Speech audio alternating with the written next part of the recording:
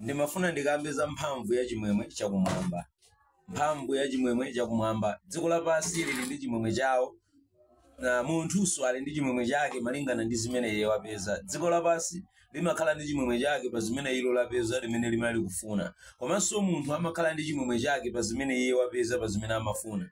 Inu muli ndi chimwemwe chanu, mumakhala ndi chimwemwe chanu mukapeza zimene mumakhala mukufuna. Ine ndi ndi chimwemwe changa ndikapeza zimene ine ndimakhala ndikufuna. Monga ngati tonsefe anthu amene tili munthupi lili lofoka tili ndi zimwemwe zathu zimene timakhala nazo zimabwera chifukwa cha zimene ifeyo tapeza zimene tinali nkulakalaka kapena kupempherera kuti Mulungu atichitire. Koma tamvetserani, mafuna ndikambe za mphamvu ya chimwemwe chakumwamba.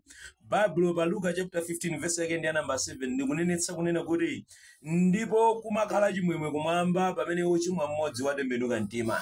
Ndipo kumakhala chimwemwe kumwamba pamene wochimwa mmodzi watembenuka mtima. Tamvetserani, sakunena kuti kumakhala chimwemwe kumwamba chifukwa chonena kuti inuyo mwakalowa mpingo wina wake.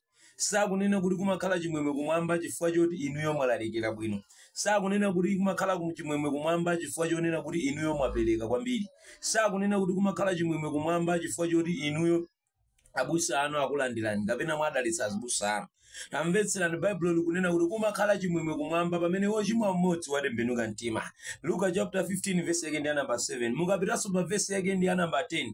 Bible likunenetsa kuti ndipo angelo amayimba ndi kukondwerera ndipo amavina chifukwa cha wochimwa mmodzi mmene watembenuka mtima. Tamvetserani, izi sizolepheretsa kuti inuyo musapeze mpingo umene mukuyenera kupemphera. Sindikutanthauza kuti inuyo musapereke pamaso pa Mulungu. Sindikutanthauza kuti inuyo musadalitsa azibusa. Sindikutanthauza kuti musagwire ntchito ina yake inuyo pamaso pa Mulungu iyayi. Koma ndafuna kukukumbutsani kuti zonsezi zimangotithandizira kugwirizitsa chikhristu chathu. Koma chenicheni chimene chimabweretsa chimwemwe kumwamba, zonsezi zimene timazichita ifezi sizibweretsa chimwemwe kumwamba, koma zimatithandizira kukhazikika pa chimwemwe chimene chinabwera ngati ife tatembenuka mtima. Chimene chimabweretsa chimwemwe kumwamba ndi chimene chimakondweretsa Ambuye mpaka na angelo kudzuka ndi kumavina, ndiko kutembenuka mtima kwa munthu mmodzi amene ali wochimwa.